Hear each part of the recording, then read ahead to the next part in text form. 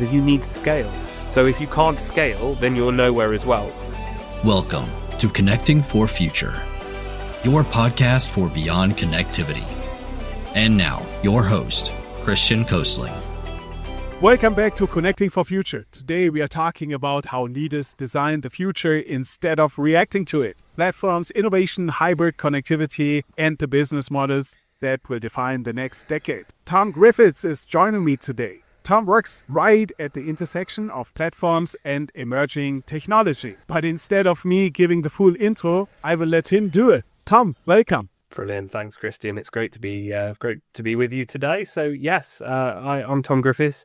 I'm one of the directors here in Vodafone Investments and Strategy. So specifically, I'm responsible for mobilizing new big bets and investments and ventures that are going to take our business into the next decade and defining our future and what we dream for it. Well, that sounds really interesting, right? And Tom, just if you look within your current position, what fires you on? So look, working in innovation in a telco is a super interesting place to be because there's always so much that you can do. Telcos have been obsessed for many years around working in category adjacency, launching smart home products and fintech. For me, what really fires me up is distilling all that down to work on what really is going to make the difference and placing those key big bets that we know are the right ones to deploy our capital, because we do not have limitless capital like some of the big techs. We have to be really careful.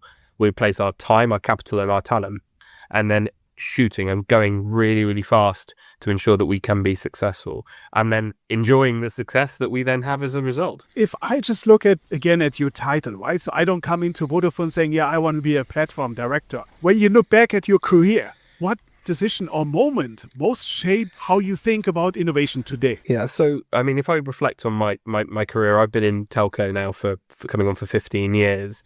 Having started on the shop floor. So for me, I spent a lot of time in our channels. I've looked after wholesale and indirect partnerships and generally enjoyed general management roles.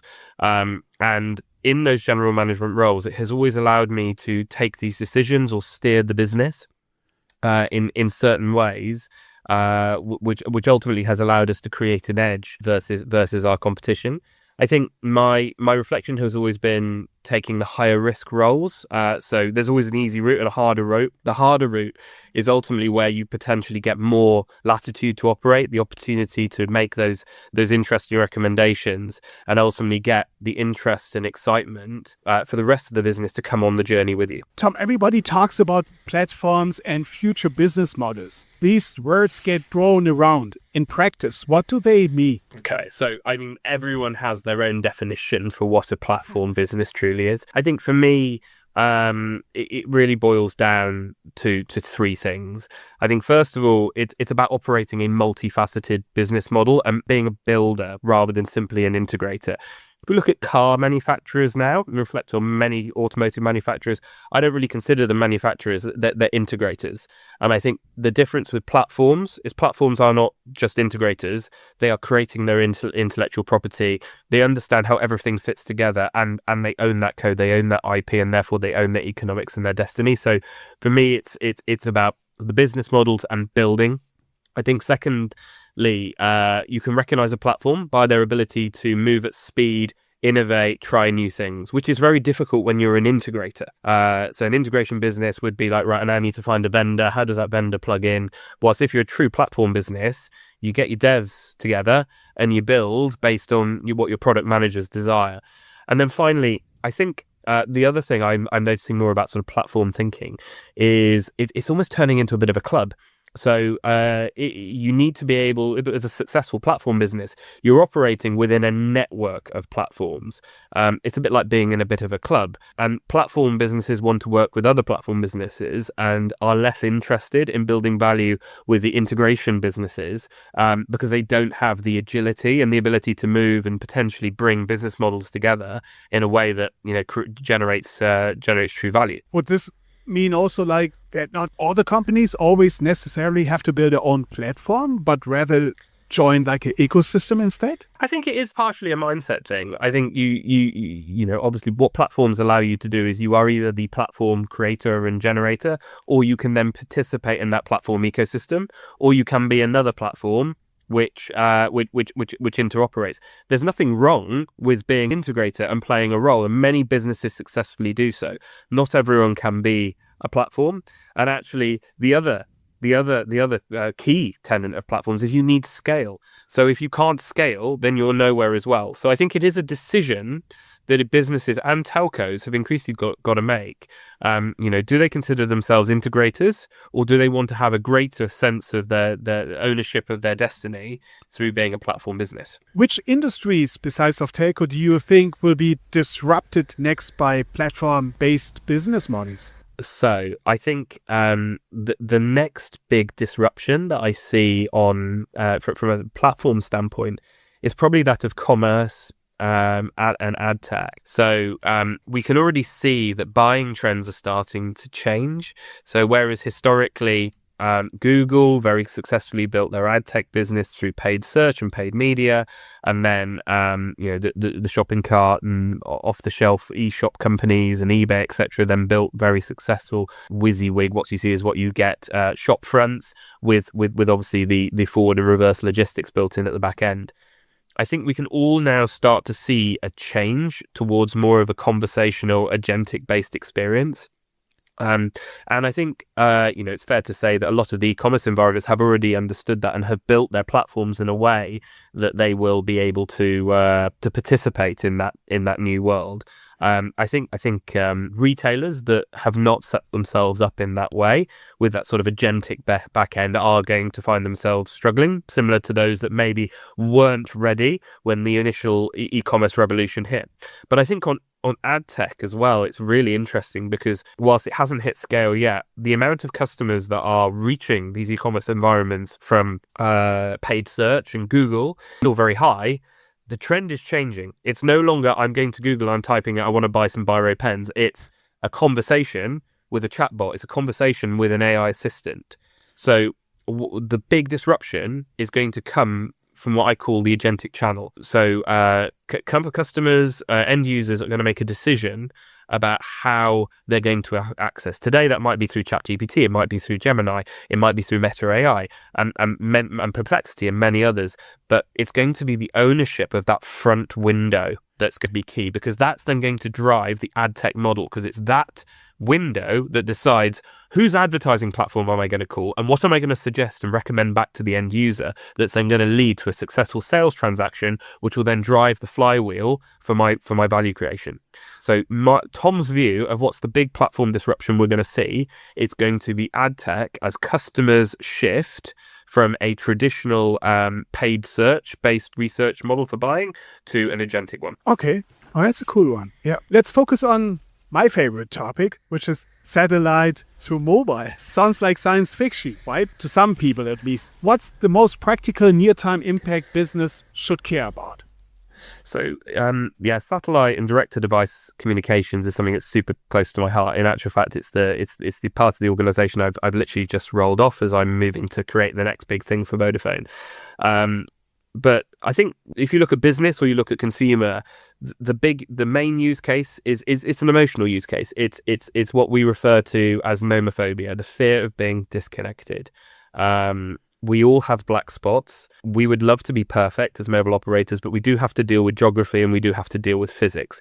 The reality is you will never get 100% total geographical coverage from a terrestrial network. It's just not possible. So for us, the excitement of direct-to-device communications is it allows us for the first time to really make that promise with confidence that if you see the sky, you'll get 5 bars of coverage and you'll be able to offer a full voice and data service to any unmodified device. That's really exciting. Now, that makes a massive difference as well to small business owners, all the way to lone workers working for large organizations, because it means they no longer need to worry about missing a communication or not being able to get a communication out. So there's the mass market model. There are, of course, then other really interesting use cases that we're starting to look at, centered around obviously IoT, the ability to provide critical infrastructure, telemetry.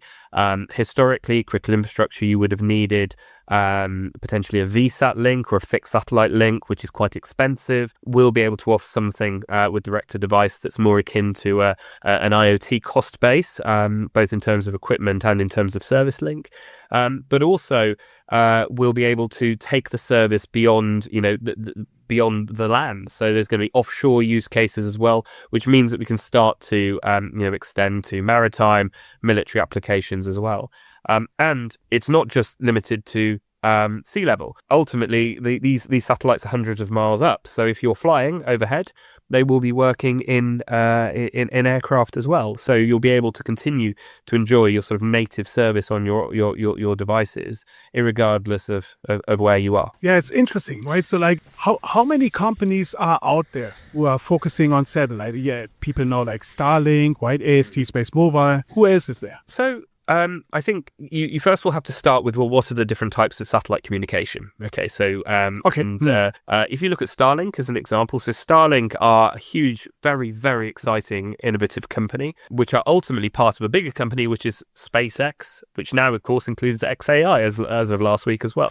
Now, Starlink do not just operate one system. They operate a whole network of systems. They have Starlink, which provides service to fixed broadband satellite receiver dishes. There's the Starlink direct-to-device system, which communicates with unmodified handsets. And then, of course, there's the Star Shield constellation, which is used for military applications. There are probably others as well that we don't know about, but they all interconnect as a mesh, a bit like our Wi-Fi networks at home. And that's what brings them tremendous scale. So the way that they communicate back to the Earth for their backhaul and the way they communicate together is the same. It's the front haul that makes the difference. And that's really the starting point for, well, what are the different satellite operators that are playing out? And really this comes down to what use case you're trying to satisfy. For the fixed satellite offering, there is Starlink, which is well known. Amazon Leo are coming hard on heels of Starlink now with a really, really exciting service they're going to be scaling through 2026.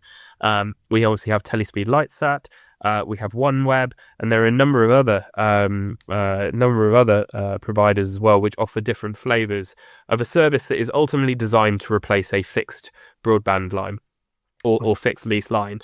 On the direct-to-device side, there are, again, other services. So there's AST, which is designed to be able to communicate with unmodified devices using existing spectrum. Starlink have the same. But then there are also a number of other operators. Apple iPhones have been able to communicate by satellite for years.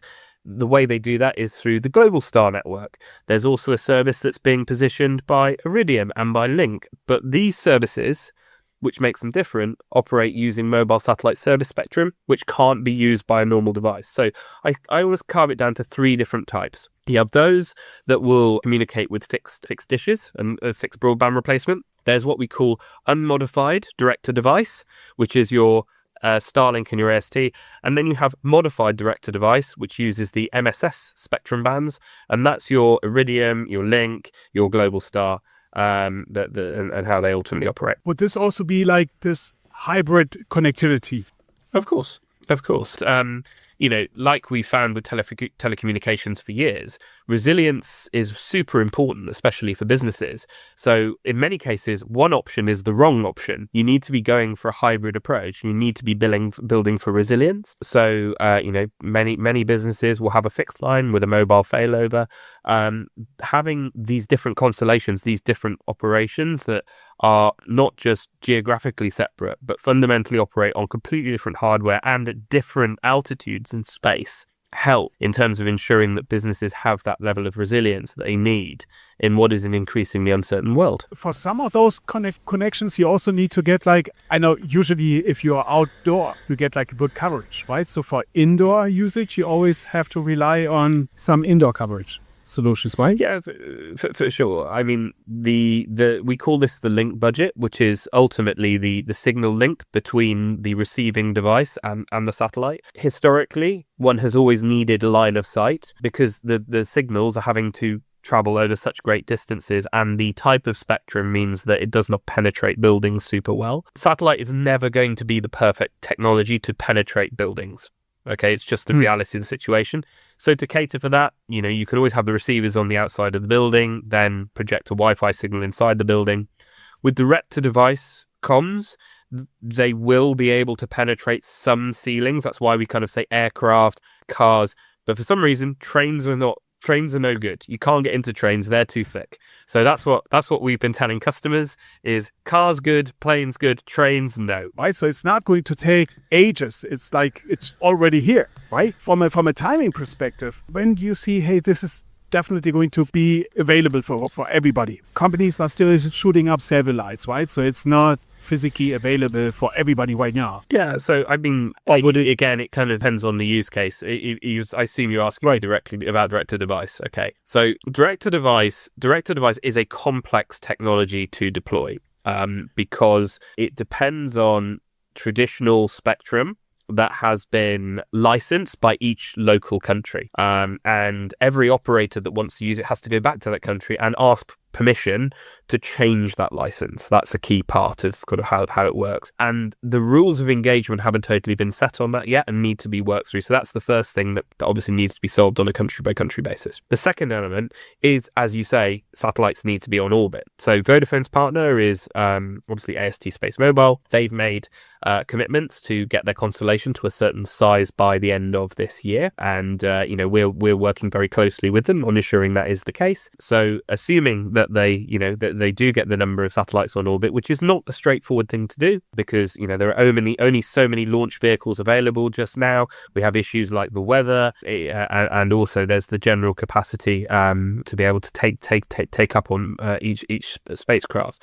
But assuming that we are able to get to that critical mass this year, the plan is to be launching a beta service during 2026. Tom, rapid fire. First thing that comes to your mind. One technology trend you're really bullish on. I'm not bullish on AI in general, but I am bullish on agentic experiences. Right. Because I can increasingly see a change in consumer behavior where people want to spend less time doom scrolling, less time kind of face down, and more time getting experiences, more time getting value. So I see this sort of flywheel of being able to problem solve and get outcomes through agentic conversational based interfaces as coming to the fore.